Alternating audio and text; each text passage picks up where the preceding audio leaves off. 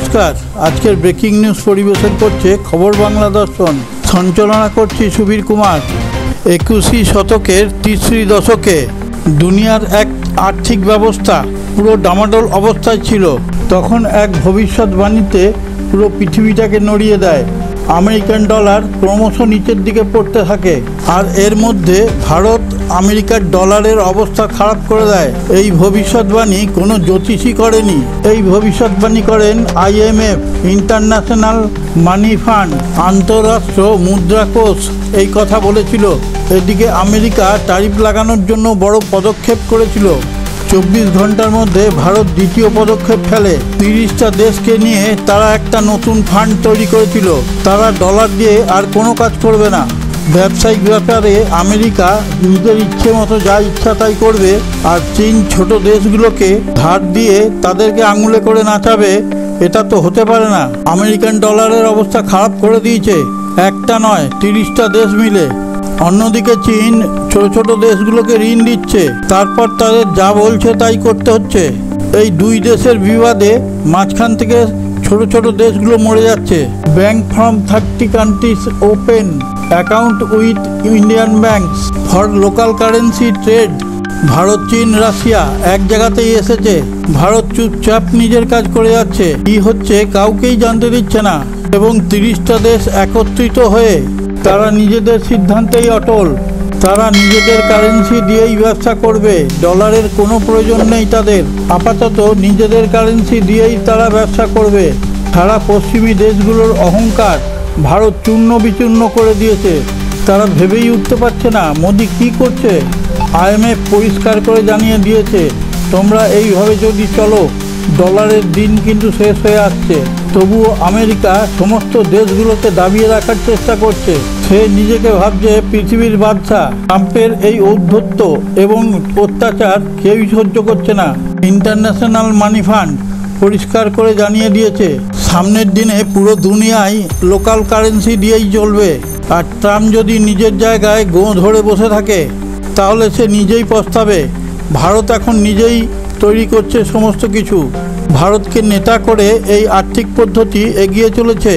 ভারতের অর্থ ব্যবস্থা 6.4% হিসেবে গড়গড় করে এগিয়ে চলেছে। সে জায়গায় ট্রাম্পের 1.2% হিসেবে চলছে।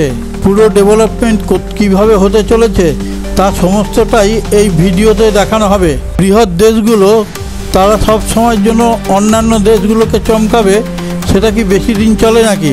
এমন একটা সময় আসতে বাধ্য যারা নিজেরাই ওই জাল থেকে ছিঁড়ে বেরিয়ে চলে আসবে। নিজেরা তখন ছোট ছোট দেশগুলোকে নিয়ে সংগঠন তৈরি করবে এবং সেটাই হয়েছে। দিন পর্যন্ত আমেরিকা এবং ইউরোপ নিজেদের আঙুলে নড়াতো, কিন্তু মোদি এসে সেই সব ভেঙে দিয়েছে। প্রত্যেকটা দেশ স্বাবলম্বী হবে এবং তারা নিজেদের প্রচেষ্টায় এগিয়ে যাবে। আমেরিকার ট্রাম্প নিজেকে ভাবছে পৃথিবীর অধীশ্বর, তাই সে যা বলবে সেটাতেই সবাইকে চলতে হবে। কিন্তু এখন তা হচ্ছে উল্টো। ট্রাম্প যদি নিজেদের জায়গা থেকে সরে না আসে তাতে ট্রাম্পের সাথে সাথে ইউরোপও ডুববে। তখন ডলারের থেকে রিক কারেন্সির দাম অনেক বেশি হয়ে যাবে। তখন ডলার দিয়ে কেউ ব্যবসাই করবে না। এর মুখ্য সংবাদে যাওয়ার আগে আপনার কাছে একটি দাবি রাখবো, আপনি যদি আমাদের খবর বাংলা দর্শন চ্যানেলটিকে সাবস্ক্রাইব করে না থাকেন, সাবস্ক্রাইব করে পাশে থাকা নোটিফিকেশন বেলটি ছুঁয়ে একটা লাইক দিয়ে শেয়ার করে দিন। তাহলে আমরা বিশ্বের নানা প্রান্ত থেকে নিত্য নতুন খবর সংগ্রহ করে আপনাদের সামনে তুলে ধরার অনুপ্রেরণা পাবো। আর আমাদের খবর বাংলা দর্শন চ্যানেলের কমেন্টে গিয়ে ভিডিওটি সম্বন্ধে আপনার সুচিন্তিত মতামত ব্যক্ত করলে আমরা উজ্জীবিত হব। আমেরিকান ডলার এখন 1.9% থেকে 2%-র মধ্যে ঘোরাফেরা করবে। আমাদের দেশের আর্থিক অবস্থার অনেক উন্নত ঘটবে। আমেরিকার মতন বৃহৎ দেশগুলো ছোট ছোট দেশগুলোর থেকে খালি নেব, সব কিছু যা আছে নিয়ে চলে যাব, কিন্তু তার বিনিময়ে তাকে কিছু দেবো না। সেটা কদিন চলতে পারে? ওটা পৃথিবীব্যাপী এই নিয়ে খুব আলোচনা হয়েছে। ট্রাম্প নিজেকে পৃথিবীর চালক হিসেবে ভাবছে। ট্রাম্প ভেবেছিল ভারতের উপর ট্যারিফ চাপানোয় ভারতের কোমর ভেঙে যাবে। উল্টে ভারতই এখন চীনের কোমর ভেঙে দেওয়ার মতন জায়গায় চলে এসেছে। বিশ্বের সবাই বলছে ট্রাম্প যেভাবে পাগলামি করছে তাতে এরপর আমেরিকা খুব বিপদে পড়ে যাবে। তখন সেখান থেকে উঠে আসা কোনো মতেই সম্ভব হবে না। ভারত ট্যারিফ প্রথা নিজেরা অবলম্বন করে চলেছে। ভারত এখন নিজেকে মেক ইন ইন্ডিয়ার মতন করেই গড়ে তুলছে। ভারত সমানে সমানে লড়ে যাচ্ছে আমেরিকার সঙ্গে। আমেরিকা যে চাল খাটাচ্ছে, মোদি সেই চালের আগেই দুপা বাড়ি রেখে দিচ্ছে। ট্যারিফ এখন ট্রাম্পের ছুঁচোগেলা হয়ে গেছে, না গিলতে পারছে না বাইরে বার করতে পারছে। এদিকে ভারতের অর্থনীতি বেড়েই চলেছে। ও শুধু ট্যারিফের খাতা দেখায়, তো তা দিয়ে কী হবে? কেউই তো সেই ট্যারিফ মানবে না। ডলার ভাঙিয়ে বসে বসে খাওয়া সেই দিন চলে গেছে, আর হবে না। ইন্টারন্যাশনাল মানি ফান্ড ট্রাম্পকে আগেই বারণ করেছে।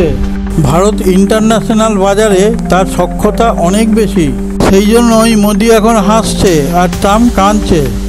অপোনেন্ট সাইডের প্লেয়ার যদি ভালো না হয় তাহলে খেলে মজা আছে নাকি? অপোনেন্ট সাইডের প্লেয়ার যত জবরদস্ত হবে, খেলেও তত মজা হবে। ভারত রুপিকে উপর দিকে উঠিয়ে নিয়ে যাচ্ছে, আর আমেরিকা ডলারকে নিচের দিকে নামাচ্ছে। ভারতের সব থেকে গুপ্ত হাতিয়ার হচ্ছে রুপি, আর আমেরিকার হচ্ছে ডলার।